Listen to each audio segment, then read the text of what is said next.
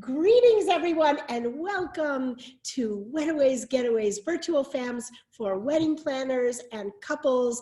It's the next best thing to being there. These are virtual FAMs because, unfortunately, in 2020, with COVID and this terrible international pandemic, we had to cancel so many FAM trips, and we're looking forward to getting started again in 2021. I'm your host, Renee Strauss, co-founder of Wedaways, with my business partner and wonderful daughter, Pamela Goldman. Wedaways is a dual-sided marketplace. Wedaways.com features luxury venues around the world that cater to the wedding and honeymoon markets, and our Virtuoso affiliated travel agency led by Pamela and her team work directly with wedding planners and their clients and couples on an individual basis to plan all of their destination wedding plans and room blocks and venue sourcing and ground transfers and excursions and all those wonderful things that come along with planning a wedding. And of course,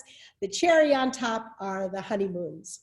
Don't miss this Thursday when we are going to be airing part 2 of the Wedaways Advantage, Travel and the Business of Weddings. This episode will be all about venue sourcing. We'll share a little bit about how our company started and how that influences venue sourcing very directly. It will be a wonderful hour, lots of information.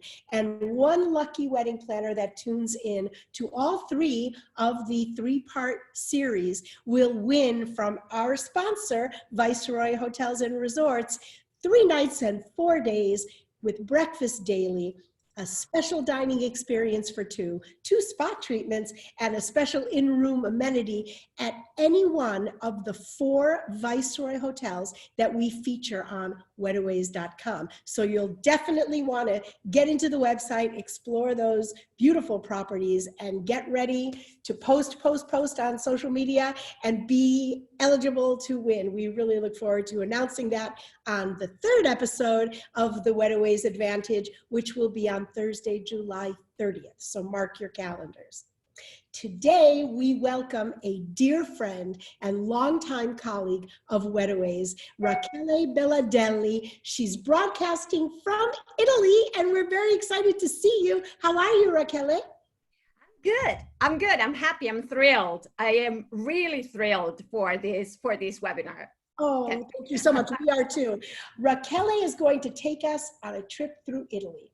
We have 3 popular properties on Wedaways in her collection and just added a 4th down in Puglia. And they have some exciting news because the mayor of the town is going to be going this week to the property for the grand opening ceremonies. So we know that it will be a popular number 4 in the collection. And I think, Rachele, if I'm not mistaken, we're going way up north to the Dolomites to start our visit today. That's right. We're starting north, and then I'm taking you south. Kind of an ideal itinerary through Italy, through the woods. Yeah, we all have to book and get there soon. Just for our viewers' information, the Dolomites is a magical region in the far north of Italy, in a UNESCO heritage region at the base at the border of Austria and Switzerland. It is the northernmost part of the Italian Alps, and it is stunning year-round. Activities in the winter, in the spring, in the summer, and the fall. Pamela and I have been very privileged to go there in person, and the property that Rachele is going to start with today happens to be one of the most popular in our Wedaways collection. It is a stunning property called Rosa Alpina, and beautiful Rachele, take it away. All right, here we go.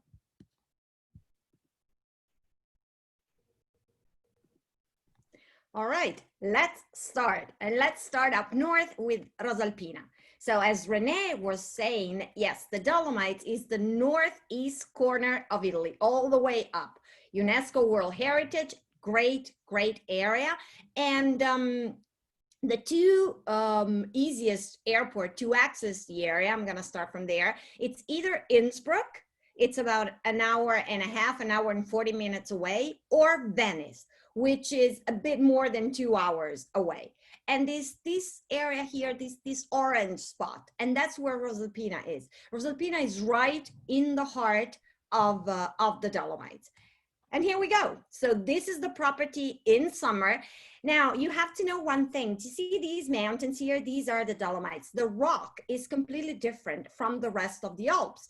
And we call them in Italy, the pink mountains, because with the light, the rock turns pink. You have the most amazing sunrise for those that are early risers, not me. And you have amazing sunsets because everything turns pink all around you. It's like just beautiful. And this is the same in winter.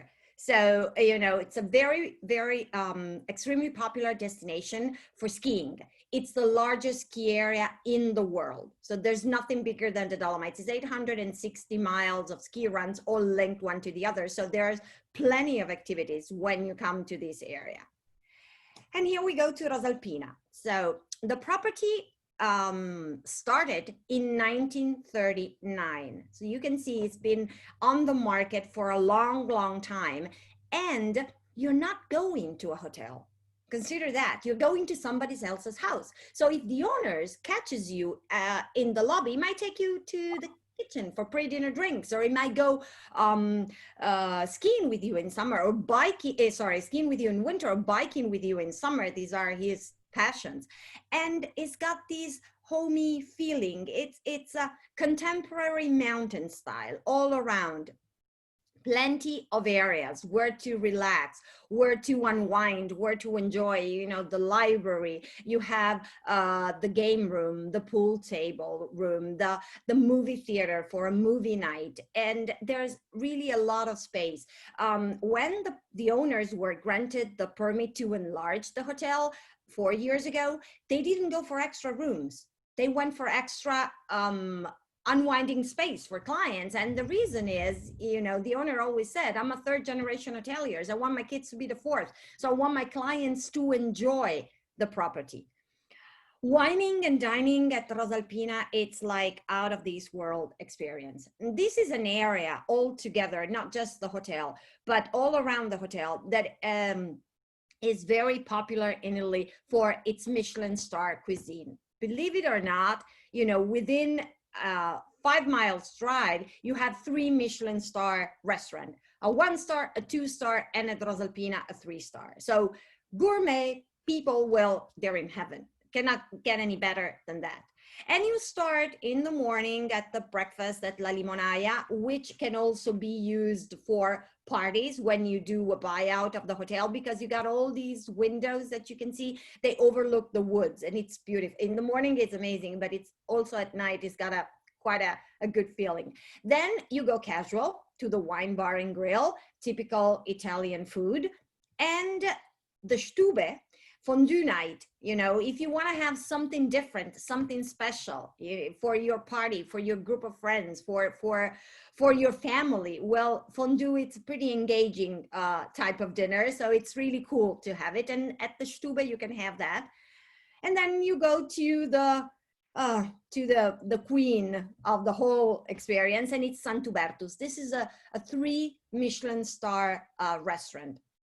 And Rosa Alpina has been the first restaurant, Michelin star restaurant in Italy 10 years ago to drop caviar, to drop lobster, to drop all those things, foie gras, that were supposed to be, you know, back then in a Michelin star restaurant, and they went local.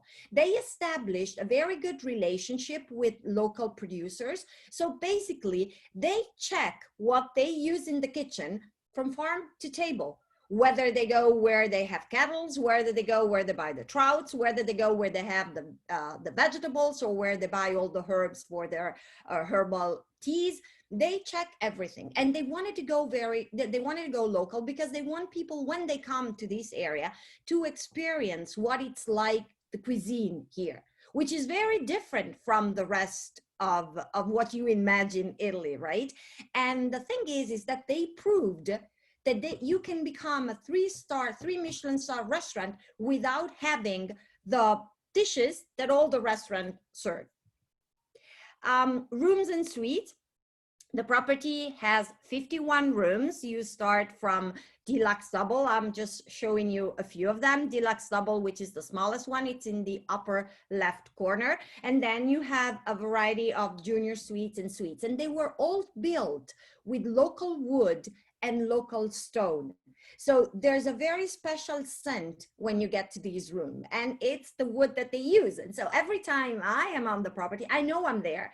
They could blindfold me, but I smell it. I know I am there, and it makes it unique. And most of the rooms have their own fireplace. And it's the real thing. I mean, it's not the remote control stuff. I mean, you have wood. Actually, one of the complaints from the owner is like, my bellboys are always chopping wood throughout the whole winter, all the time. Can never find them, they're chopping wood. So this is my personal favorite. And for once, it's not the penthouse suite or the presidential suite. It's called the Summer Solstice Suite. And I really like it because I think it has the real special understated luxury mountain style. And to me, it's really unique. I love this room. Then we obviously have a penthouse suite, which is a 3-bedroom suite with a very, very big living room. It's 300 square meter. That's roughly 3,000 square feet. Each bedroom has got its own ensuite bathroom, and it's lovely because it overlooks the woods. So the picture was taken in the winter, as you can see, but it's a great place. Then when you come to the leisure part at Rosa Alpina, we make everybody happy. So if you have clients that are coming for a honeymoon, or even if you have clients that want to organize their wedding here, but you have kids within your party, we have separate pool areas. So we have the family's pool and a completely separate one that's for adults only. There's a spa by CLARINS with treatment rooms, and all the treatment rooms have natural light, so they overlook the garden. And this is the adults only swimming pool, which is as big as the families, but we keep everybody happy. So, you know, giving everyone its own space. Then obviously there's a gym, there's a sauna, there's the relaxation area, there's steam bath, you name it. Everything that you can think of in a 5-star luxury property. And a lot of area where to relax, whether it's summer or it's winter. The whole point is people have their space. You know, you don't need to be glued to all the rest of the guests. You can do whatever you like, whenever you like. Beautiful gardens that can be used for parties in summer. And here we come to what I call tying the knot. I have a few shots that I would like to show you of what is a mountain wedding, because it's different, it's unique. I mean, in some way, it's a little bit more laid back than what you would consider a formal wedding in a city, but at the same time is very sophisticated because you look after every single details, but you do it in a rustic place. So, you know, this is a wedding that we have some guests from Singapore. They came over and decided to get married here, and they arranged these like hay seats for, you know, for their guests during the ceremony. And this is how they set up the lunch out in the mountain. This one is another one from an Italian couple that they've been guests at Rosa Alpina for a long time, and this was like getting married again kind of thing, you know, renewing the vows, or yeah.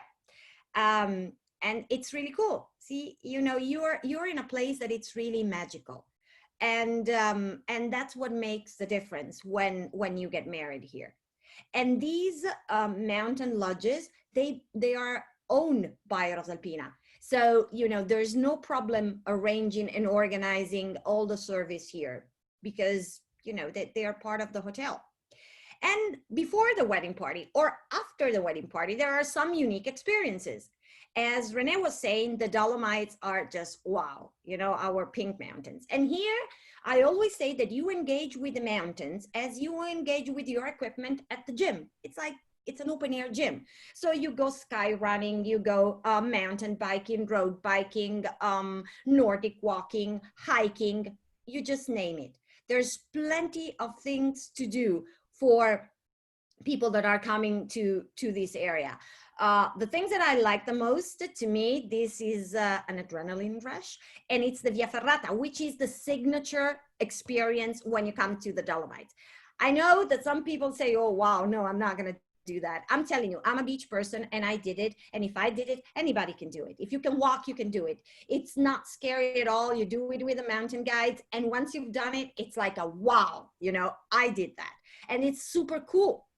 And then you have meadow lodging. One of the things we suggest clients when they come here to get married, or when they come here with a honeymoon, one of the mountain lodges owned by Rosa Alpina can be kind of used to spend the night here. So basically you leave all your stuff in your room at the hotel. We're not gonna resell the room, and there's no extra charge for it, but you come to the lodge, you spend the night here, and you only do it in summer because there's no electricity, there's no hot water, but you have the fireplace inside, and it's incredible. So the chef, they come, they cook for you. That's the only charge that you have, which is the dinner. They cook for you, and then they ask you, what time would you like to have breakfast in the morning? You tell them, and they show up. But when the sun just goes down and everything turns pink and you enjoy this place, it's really magical. And well, here is winter. As I was saying, 800 miles, over 800 miles of ski runs. It's skiing the Italian way because you ski in the sun, and the food up on the runs is amazing.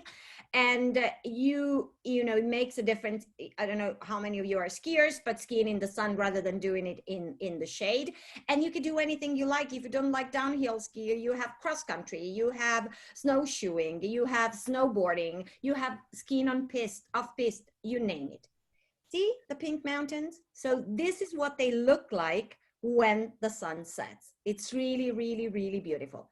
And it's gourmet food on the runs, not just at Rosa Alpina, but all those rifugios, all those lodges that you have out on the runs, they have really good food. And because this is an area where Italians go for skiing, prices are reasonable. So consider that your ski pass that allows you, gives you access to 860 miles of ski runs around a little bit less than 60 euros a day.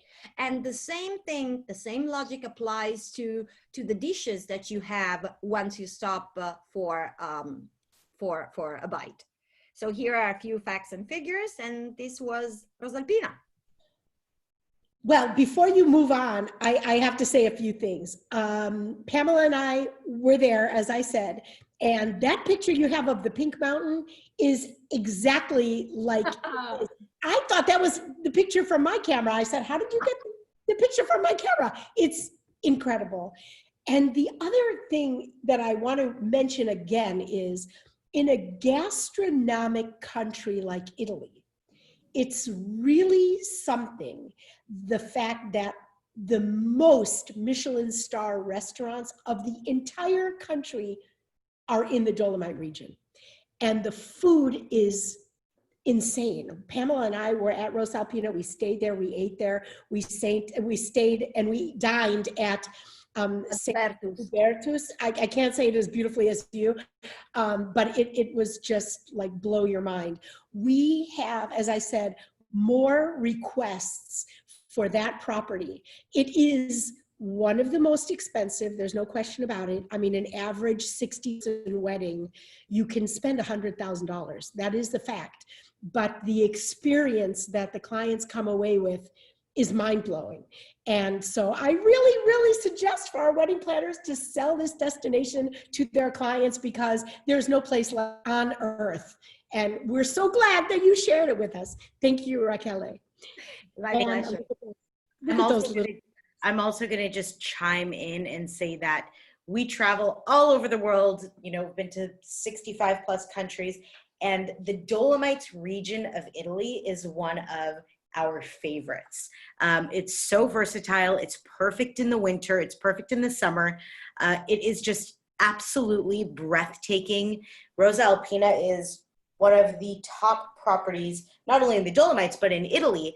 And like we were saying, the food is phenomenal. The opportunities to host events at this property are incredible, because you can have an event in the garden of the property. You can have in one of the indoor spaces, and then you can come up to the mountain and have just this unbelievable event.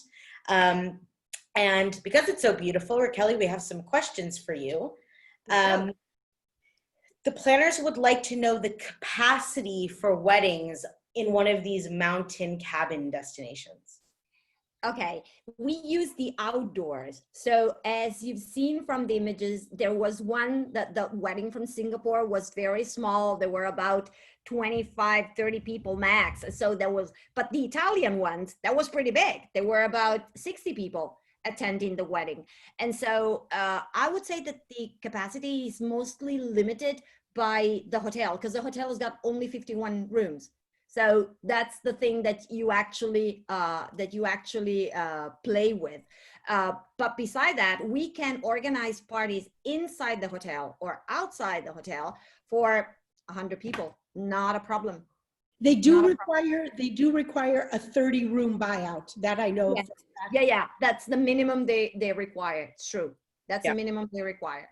But maximum, if you know, let's say that the party is bigger, let's say that they're coming 150 people and they need other properties, we can recommend them other properties, and we can definitely arrange a party for 150 people. We have arranged parties inside the property, not for weddings, but parties for about 350, 400 people. You know, it's so, yeah, we can do it. The staff is trained to do these kind of things. They've done it before. So, and the space, when you do it outside, it's just a matter of setting it up. And you know, I know, Pamela, you are monitoring the questions, and I'm sorry that I never said, you know, drop your questions in the Q&A, but I also want to mention that Stefania at the property is an incredible florist. I mean, yeah, unbelievable florist, stunning. In fact, when Pamela and I visited, I don't know why, I think she was doing the arrangements for the hotel. Yeah, the arrangements. Yeah, we should move to Beverly Hills. I mean, her work is just phenomenal. I know we're on a time limit. I'm sorry. I just have to share those things. Go ahead, Pamela. We need to be mindful of time, so I'm just going to ask, I know the answer to this question, but do you have kitchens in these mountain destinations? We take everything up. We set up an external kitchen. So that the guests do not see, but we set up an external kitchen and we take everything there. We use basically these lodges as a setting because it's nice for the ceremony. It's nice for that. But everything we bring with, the chefs bring with. You decide with them the menu that you want to have, and they arrange it. And it's nice. I didn't show you here, but it's also nice. Prior to the big ceremony or the big lunch or the big dinner or whatever, you can have picnics. And picnics here, they are super cool because, you know, they set them up like they used to do 100 years ago. So clients arrive, you walk, it takes you about 45 minutes. It's a nice walk. It's not too steep through the meadows. You get there and there you have your picnic set up. That's really, really cool. And people are dressed with local dresses. So staff is dressed with local dresses. It's really nice. Love that. Yeah. And there's no need to worry about food coming from this property up to the mountain because this is just the best cuisine in Italy. And then the last question before we move on to the next property very quickly is, does Rosa Alpina or a nearby area have private airstrip or helipad? Helipad. It's not at Rosa Alpina, but it's very close by, really close by. I would say 5 minutes drive. So it's in San Cassiano and we can arrange helipad. But private flight, you can fly into Bolzano, into the city of Bolzano. And then from Bolzano to Rosa Alpina, it would be, I would say, depending on traffic, but I would say an hour and 20 minutes, give and take. Perfect. And just in closing, I want to say that this is truly one of a kind property. To have this experience in the cabin overnight is just breathtaking. There's something for everyone. There's fantastic shopping in Cortina, just a little bit of a distance from the property, skiing, snowboarding.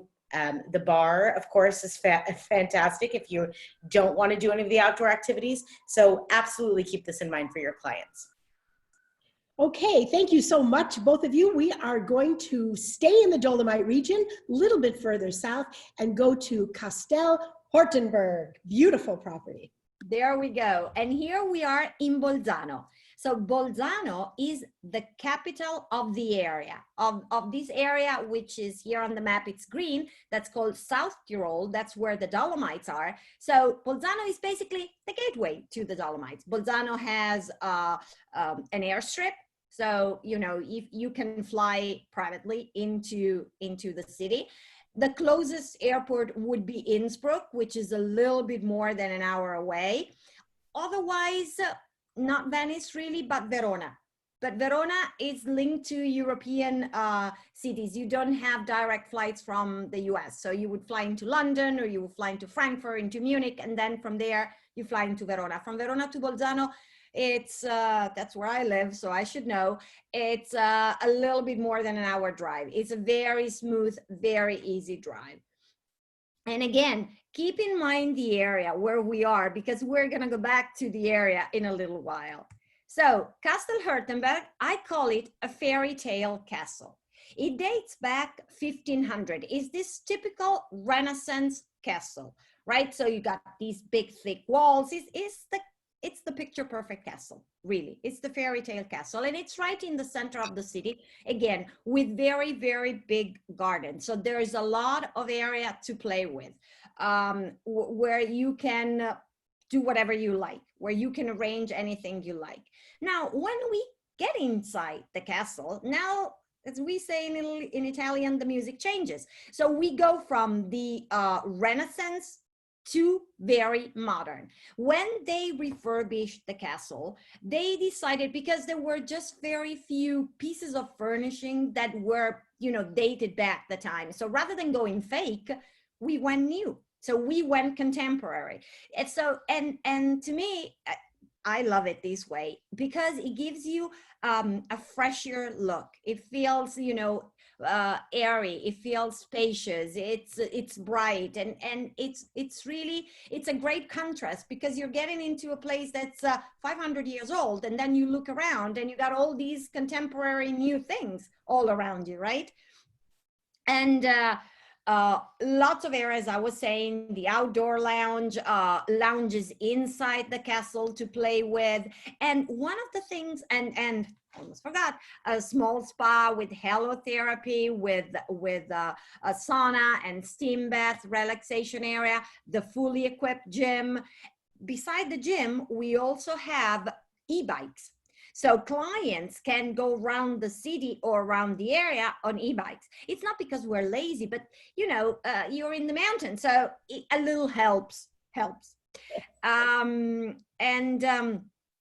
you see, it's got these fresh look. Lots of areas to play with. And what I was gonna say is, I don't know if you can appreciate how thick the walls are. So if you're having a party here, there's no time limit. Because, you know, let's face it, you can make as much noise as you like. They're not going to hear you, because, you know, the walls are so thick that you could do whatever you want. If you're doing something outside, then there is, because you're in a city, a time limit. And it's usually between midnight and 1 a.m., depending on the day you catch the major. But it's between midnight and 1 a.m. But if you're doing your party inside, guys, you can party all night long. The hotel's restaurant, the main restaurant, is in the dungeons of the castle. And again, back to the party thing. Here, you know, you can have your dinner in the lounges on the main floor, and you can have your disco here, because this is equipped to do it, for partying, for dancing, for anything you like. It's like, you know, it's where they used to put people they didn't like when the castle used as a castle, you know, these dungeons places. But now it's a gourmet place. And we play, again, with local food. There's one thing that I always say, that there's no such thing as Italian food. Forget about it. Every single region, every single city within the region has different dishes. So if you were asking me, oh, we're going to have an Italian night, and I was like, yeah, where from? Because it's not the same thing having something from Rosa Alpina up in the Dolomites or having something from Bolzano. They're a bit more than an hour apart, but the cuisine changes. because the area is different. And to the point, I am unfortunately forgot to say something. This property opened on November 24th. So we were supposed to have a big wedding in May, and we had coronavirus, so we were shut down and we couldn't have. The wedding has been postponed. So unfortunately, I do not have images of the things that you could do. You have to imagine, opposite to Rosa Alpina, where we did things, because this is so new, we don't. And here we go. These are the e-bikes. They are super cool. Then you have to consider that close by to the hotel, like about 10 minutes walk, there's a cable car that takes you to the upper part of the town, Bolzano Alta. And there you have all these amazing trails, mountain trails for hiking or for mountain biking. And that's when the e-bike comes handy if you're not an athlete. That's really good. And Bolzano, it's a beautiful city because it's a crossroad of two different cultures. As Renee was saying, we are right on the border with Austria. This is the last Italian city before you hit the Austrian border. So until World War I, this region was part of Austria. And this is the thing, when you look at the city and you can see it, it doesn't look Italian. This is not the thing that comes to your mind when you think of Italy, right? But the moment you start walking around, you get into a cafe, you go shopping, you go into a restaurant, you see the lifestyle, that's quintessentially Italian in an Austrian box. Let's put it like that. That's the best thing that I can put together to describe Bolzano. And that makes it unique, because you have traditions and you have cuisine and you have customs from Austria that mix with the Italian ones. So it's a fusion city. Christmas market, well, this is a typical Austrian tradition that you have in Italy though, because Bolzano, well, has that. And then see the cable car I was telling you, it takes you to the upper part of the city. So if you're not into extreme sport, like the ones I show you, the Dolomites, like via Ferrata, and you want something milder, this is the place. And another thing that people don't think about when they think of Bolzano is a wine route. This is an amazing, it's a mind-blowing experience. It's like to write home about. Some of the best Pinot Noir in the world, they come from this area. And I'm talking about Pinot Noir that are featured in Michelin star restaurants, like in Sant'Uberto's in Rosa Alpina. If you check the Pinot Noirs, they're from here. And if you ask the owner, how come do you have local ones? He said, because they're some of the best. So why do I have to go and get them from abroad? You know, I want people to taste it. And when you go on the wine route, you go to these little places, this little town where the winery, 9 times out of 10, is an old abbey. It's an ancient church. It's a castle, and it's by a little lake. And it's got, you have these manicured rolling hills that look a little bit like Tuscany without the olive groves. But it is like that, and it's just stunning. So there's plenty of activities here to do as well to combine with your wedding event. People are not gonna get bored here. It's like they can do the shopping in the city, but then the moment they set their foot outside the city, this is just, it's just amazing. I tell you, I have to tell you, I like want to break out in song. You know, the hills are alive with the sound of music. It's just so incredible. And what, remember the little childhood story Heidi? Yes. Yeah. That was Switzerland, but it's similar. You're right. It's so beautiful here. It's just gorgeous.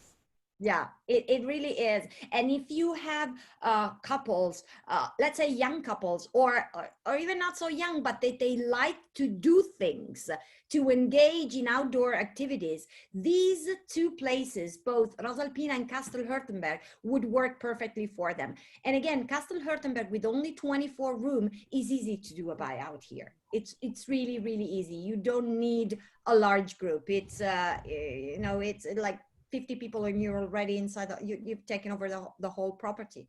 Yeah. Oh, it's gorgeous. Pamela, it's truly stunning. It's a beautiful area. It's like crossroads between this Austrian culture and the Italian culture that we love so much. And it's really a great, you could spend 2 weeks in this region, or you could spend 5 days on your way to the south of Italy. So, I mean, there's so much opportunity here. Look at this. I mean, this picture is gorgeous. We do have a question, and it is about the capacity as well of the indoor space, that the indoor castle space that does not have a time restriction. You can easily accommodate between 50 and 60 people using the different halls in the main floor. And then you would have your party in the dungeons, because that would work better, because the dungeons that I really love, trust me, I lock myself in there because the wine cellar is there, but the whole thing is really, you know, it's just like stepping back in time. But that place cannot hold so many people sitting. So it's better for you to have your dinner in the halls and then move to the dungeons for the party. Beautiful. And I mean, when you hear the word dungeon, you think it's going to be this medieval, dark, kind of eerie place, but this is so refined and beautiful. It's perfect for a welcome dinner. It's just super, super beautiful. Another question we have is, I think you went over this already, but how far from the nearest airport is the property? The nearest airport would be Innsbruck, and it's an hour and 10 minutes. And about the other airport, if you're flying into Italy, would be Verona. That would be the closest one. And that would be about an hour and 15 minutes, give and take. If you're flying into Milan, because you have direct flights, so if you're flying to Malpensa, you have to think about 3 hours drive. Perfect. So if you're okay with driving, it's fine. I mean, I am driving down to Puglia tomorrow, so it's fine. But if you like want to be close by, then these would be your two main airports. Perfect. And just for our planners' knowledge, a lot of people rent cars. We can facilitate that. And then, of course, private transfers, which is going to be more seamless and easy for you. We personally drove the route in the winter. And we're from Southern. You drove. I drove. And we're from Southern California, so we do not have roads like this. We managed. It was the most stunning drive ever, so it's totally doable. Yeah, it's blow your mind gorgeous. Thank you so much. So this is going to be, we're leaving the Dolomite area, unfortunately, but we are going to another beautiful area that we can look forward to. We're going to the beautiful Villa Cipriani in Veneto. That's right. Yes, we're going to Veneto. So we were up here and now we're coming down. We're coming down to the Veneto region. So again, moving to the airport, closest airport would be Venice, and it's about an hour outside Venice. I'm starting with the map again. This is Asolo. So here is where we are. And I'm pointing this out because Venice, they say it's the most romantic city in the world. To me, it's amazing. I lived there for 3.5 years and I think it's mind-blowing. But one of the things Venice is not blessed with is climate. So it tends to be humid, both in winter and in summer. Now, picture yourself 500 years ago when Venice was La Serenissima. So it was like New York today. It was the city that ruled the world, right? Everything, all the trade and everything was going through Venice. Wealthy people in Venice didn't stay in the city for the summer. They would move to the hills. So they would move to the area where Asolo is, because these rolling hills, which are an hour, right now it's an hour, back then it must have been longer to get there, but they have been blessed with a great climate. So it's not humid in summer. There's always kind of a subtle breeze. So if you were wealthy, you would pack your palace, you move out all your staff, your family, everybody, friends, and you would move to your countryside residence. And if you were very, very wealthy, 500 years ago, chances were that your summer holidays home had been designed by Andrea Palladio, the famous architect. Villa Cipriani was this. It was a summer home, a holiday home of a very, very wealthy Venetian designed by the school of Andrea Palladio. And it's right now in the center of Asolo. It's a mind-blowing place. Here, it's like, this is dreamy. This is how you do the picture perfect wedding in Italy if you want to do it in a small town, because the town is mostly, everything is pedestrian. It's on top of this hill and everything has been preserved. So and excuse my French, but I wouldn't know how to say it any other way. We didn't screw up in the 70s with the crazy building things. This is as it was back in Middle Age and in Renaissance. And so the villa is it's like 5 minutes from the town hall, and it's like really a walk. So it's you're right in the center of the town, on top of the hill, and all the way downhill, the gardens of the villa. This is your garden. This is your place. It's your park. So you have a lot of place, a lot of space to play with. Consider one thing. This was one of the iconic hotels during Dolce Vita time, when Chiga was this big hotel chain in Italy of these extremely luxurious properties. And the reason why this one was so booked by these famous stars and VIPs back then was because once you enter the villa, once you're inside, you know, the grounds of the property, then you lock the world out. The paparazzi are out. Nobody's gonna bother you, and you have a lot of space. So people who go to the Venice Film Festival, and then Omar Sharif, Catherine Deneuve, Sophia Loren, all these people, they would come here to lock the paparazzi out. The property has been completely redone, completely refurbished over a period of the past 6 years. So we went from the common grounds to the rooms, to the restaurants. We built a pool, everything was done. And everything was done in the same style of the villa when it was one of these iconic Dolce Vita places. It's called Villa Cipriani because the last owner of the property, when he decided to sell it and to turn the hotel, to sell it to Chiga and to turn it into a hotel, he put a condition. He said, I'll do it only if Arrigo Cipriani, so the guy from the famous Harry's bar in Venice and from the Cipriani property in Venice, is gonna manage it. Otherwise, I'm not selling. He didn't need the money, right? He was from the Guinness family, so he didn't need the money. And well, they said, okay. And that's why it became Villa Cipriani, because there was already a Cipriani hotel in Venice. So this was the countryside villa. Everything has been completely refurbished. Everything has been redone, but in the style of the villa when it was a Chiga property. So this has got these cozy, these somehow homey, traditional feeling in the rooms. And the dining experience, this property has always been known since day one, probably because Cipriani was the owner of Harry's Bar, because of its cuisine. And one of the things that it's pretty incredible is that, and it's very unusual in Italy, is that most of our clients at the restaurant, they're locals. It's not the hotel's clients, it's the locals that come. So it's very popular, especially over the weekend, Fridays, Saturdays, and Sunday, to mix and mingle with Italians that live all around that come to the restaurant. The American bar, and again, everything has been redone as it was, and you can see this is the end of the 50s and 60s style, but everything is new.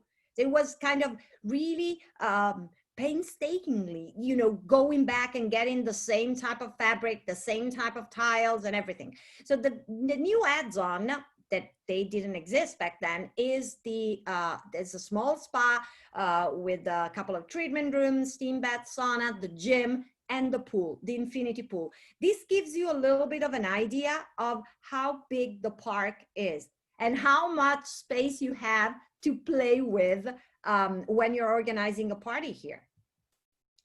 Now these pictures, so this is the church right in the center of Asolo. As you can see, we're using pictures that guests that got married in Asolo gave us. This one was from a pretty spectacular wedding 3 years ago. The Rockefeller family, the one that lived in London, the guy was marrying a girl that's got Italian heritage, and she wanted to get married in Asolo. So they came and they did everything in Asolo, and they took over the villa for 3 days. And they played with the area, with the property. They did everything, you know, that they could think of. This one is another wedding from last summer. Unfortunately, this summer, due to COVID, they've been placed on hold, but they have been postponed. So it's not that they've been canceled. We can do some bit of bits and pieces of fireworks, not the big things, but we can play with, and we use the garden. So this is perfect for a reception. It's perfect for pictures. And this is the town. So this is Asolo. See what I'm telling you, that it's kind of a hidden jewel. It's like, it's amazing. It's this beautiful town on top of the hill. And from here, so we were saying that Rosa Alpina and Castel Hortenberg, they're great for outdoors activities, people that want to do things. Here, it's great for people that want to see things. Because being based in Asolo takes you to the Palladian villas that are all around where we are. And remember one thing, when you go and visit these places, these were the holiday homes of the wealthy Venetians, right? They look like museums. They were holiday homes. They were summer homes. Canova temple in Possagno, the town next door to Asolo, gave birth to Canova, the famous sculptor. It's got all these sculptures at the Louvre Museum. Well, in his town, he decided to create this neoclassic temple. It dates back 1700. You have Cittadella. Cittadella is a small town inside a fortress. And again, hasn't been touched one single stone. So you walk all around the walls that are the fortress wall, and the town is inside. Bassano del Grappa, next door to Asolo, 15 minutes away. The bridge was designed by Andrea Palladio, and it's again another beautiful city. And these are hidden gems. So if you have guests that decide to come to this area, you can bet that their next door neighbors have never been. And these are picture perfect areas, but they're off the beaten track. So this is very unique. Marostica, the main square, is a chessboard. And you actually play with people. Unfortunately, it was supposed to be this year. It's not going to happen, that you have these live chess match. So where the bishop is the bishop, and the knight is the knight that has got the horse, and the king and the queen, and two players on a side of the square tell them where to move. So it's really unique. So that's why I'm saying it's a place where to see things rather than do. You can do as well, but it's more to visit. It's more to see. And to give you an idea, if you have clients that want to come to this area, because then you have also, I don't think there's a place in Italy that doesn't have wine. This is the area of the Prosecco. So September 2019, UNESCO World Heritage, or UNESCO decided this was going to be another UNESCO World Heritage Site, both the hills and the wine. So you can go into these amazing winery and do tastings. And even more intriguing, if you wanted to take it a step further, is going to distilleries where you try the grappa, because you know this is an area that's famous for it. And then from the produce perspective, here you have cheese from Asiago. Here you have the famous radicchio, you know, the red salad that you use for risotto. It's from here. So, you know, back to the thing that there's no such thing as Italian food. You taste a different thing. And it looks a bit, and you can see it, like Tuscany. But from a price point perspective, because this area is not less beautiful, it's just not known, it's more affordable than a villa or a hotel in Tuscany. Oops, there we go. I'll leave you with Marostica because I really like it. It's spectacular. Can you give us a little bit of information about the rooms at Villa Cipriani? And then for timing, we have to go south to Puglia. Yeah. Okay, so we only have 27 rooms. So again, like Castel Hortenberg, very easy to do a buyout. So it's kind of a small place. Yeah, and rooms are quite spacious. There used to be 32 rooms in the hotel. When the new owner bought it, they went from 32 to 27. So they got rid of all single rooms and they enlarged the rooms. Oh, it's stunning. Okay. Wow. I wish we could just like talk about this place for another 10 minutes because it's so amazing. We are going to get in the car and drive all the way south to the boot of Italy, Paragon 700. Let us know all about that one, Raquel. So you're coming with me. Actually, I'm going tomorrow, so you're coming with me. We're on the heel of the boot between Bari and Brindisi. There's this little town. It's called Ostuni. Ostuni, again, is a medieval town. It's one of the most amazing towns in southern Italy. It's called the White City because all the buildings are like whitewashed, right? Everything is white. Well, then you can come to Paragon, which is the Red Palace inside the White City. So that makes it, you can't get lost because even if you get lost in town, you know that you're building, you know that the place where you're staying, it's red in a city that's completely white. And one of the things that it's pretty impressive about Paragon, at least to me, are its gardens. It's 9,000 square feet garden. Imagine a city that was built as a fortress because you needed to face pirates on the coast. So garden was not a thing that was important back then because that meant space that you couldn't control. So you had these houses with very thick walls, one next to the other. So now if you do a Google Earth, you would see that in Ostuni, you have two green spaces, one outside the walled city, that's the city park, and then inside the walled city, that's us. So, you know, you have a garden to play with. You have a garden where you can relax, where you can unwind. You have a garden with a pool. And in summer, this is a unique feature here. And going back to wining and dining and the fact that there's no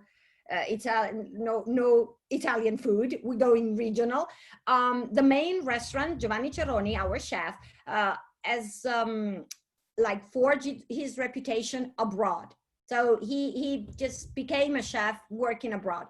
When he came back to Italy and he started working here, we wanted to go very local. So we wanted to do something like Rosa Alpina basically did up in the Dolomites. And we wanted to do it in Puglia. Obviously, different type of food, because it's different type of cuisine. But we're playing with ancient recipes. And if you look at the restaurant, it looks a little bit like a kitchen, because that's the whole point. And when we serve, not for a banquet, not for a party, but generally speaking, the chefs come out of the kitchen and bring you the dish to the table. So that's a pretty unique feature. It's a small property. It's only 11 rooms and suite. Again, if you have a small wedding, this is just perfect. We open on June 18th. First day, talking about timing this year, right? And we are having our inauguration on Thursday with the mayor, with the local press, with all the people from the area. It's like officially opening our door. So this is still part of the restaurant. It's a big component. The food and the wine here is a big component. And we only have, and this is by choice, local wines, because we want the clients to experience Puglia, not just see it, but taste it. So the same thing that we did with the cuisine, we did it with the wine. We have very good wines here, mostly are red, but they're very, very good wines. So, and because, you know, the region is not that big, production is small, you don't find them abroad. So we figure either they try them and they taste them here, or they won't be able to experience the Puglian wines. The bar, it's quite a cosmopolitan place, you know, the lounges indoor. I always say that this is a quintessentially Mediterranean palace with a cosmopolitan soul. And you can see it even more in the rooms, because 11 rooms and they're all different. And here you go from, I don't know, from Italian sofas to French armchairs to those big Thai chandeliers, headboards designed in South Africa, African braziers that have been turned into bathtubs. So all the rooms are different. All the rooms are unique. They're pretty big. They started around, wait, let me put it in feet, 300 square feet. So it's about 30 square meter and up. And they're all different. Again, we have 4 deluxe double and all the rest are suite. I usually never showcase bathrooms because there's nothing to say about bathrooms, but these ones are pretty exceptional. That they are pretty unique. So these are a few bits and pieces of the property. At the beginning, the property dates back 1700, but they think it was built before that, and they think it was a convent. There's an altar piece inside the hotel. And then in terms of activities, well, again, this is Ostuni. See what I say when it's the white city? Everything is white here beside us. And it's on top of the hill. So on one side, you overlook the Mediterranean Sea. On the other side is the Puglian countryside. This is a typical image of what it's like around Ostuni if you don't go to the water. And then you have Bari, which is about an hour away, and this would be one of your reference airports. It's a beautiful, again, medieval city to visit. You have Matera, Isassi. This is roughly an hour and 15, an hour and 20 minutes, but once you're here, if you're not going to Matera, I'm pushing you to it. I'll just drag you to it because it's worth it. I mean, here, houses, but houses where normal people like you and I live in, they were built out of caves. I mean, they were carved into rocks, and it's no Disneyland. It's like a place for normal people to live in. Matera, it's unique, really unique. And then on the part of the coast between Bari and Brindisi, you have these white sandy beaches that people do not expect to find in Italy. And they are really something. If you are a beach person, and I am a beach person, to me, this is my favorite place. Because, you know, beaches here are amazing. These, to me, they are the best beaches in Italy. Much better than Sicily, much better than Sardinia, to me. And the water is super warm. We also have a beach club and the P Beach, so clients can come to the beach club with sun lounges and parasols. Great place to organize a party. There's like a rehearsal dinner here. It's just amazing. And we also have a boat where you can go out and explore the area. And I think I'm done. Am I within the time? You know, I have to say, Raquel, it just is so refreshing to have this time with you, because first of all, you're a marvelous personality and you're so animated. You just are a wonderful storyteller. It also excites me after having, you know, really searched the world for fabulous venues to offer to our global wedding community, to have had the privilege to meet you when I did and present these jewels to the global wedding community, and to see what hotelier investors do in their businesses, how much thought, heart, money, design, everything, what they pour into their places is just, I just hope that all of us can send clients and that we can visit ourselves and, you know, let everything come back to normal and better. And I mean, we just thank you so much. It is phenomenal to spend an hour with you. Thank you. And I hope next year we'll be able to do some FAMs with you, you know, real thing, not the screen stuff, which is cool. But you know, the real thing, it's what's missing here is the taste. When you get there, you get the taste as well. It's so true. Pamela, we've got about 1 minute. Is there anything you can add? I just want to add that Puglia has become a very popular region in the last couple of years, or the last, you know, almost decade. But these special gems like this Paragon 700, it is what the character of Puglia really is. So we've all seen these large properties in Puglia on vast land, but this property, Paragon 700, is just so beautiful with this adjacent beach club. You have a variety of destinations to host events, which is great because everybody loves a variety in a wedding weekend. And it's just super, super beautiful. We do have questions. We'll have to pop those over to you because we are at the end of our time, but this was so, so wonderful. Thank you so much. Raquel, thank you. Thank you, guys. Really, thanks a million for the opportunity. And I hope to welcome you physically. We hope so too. Thank you.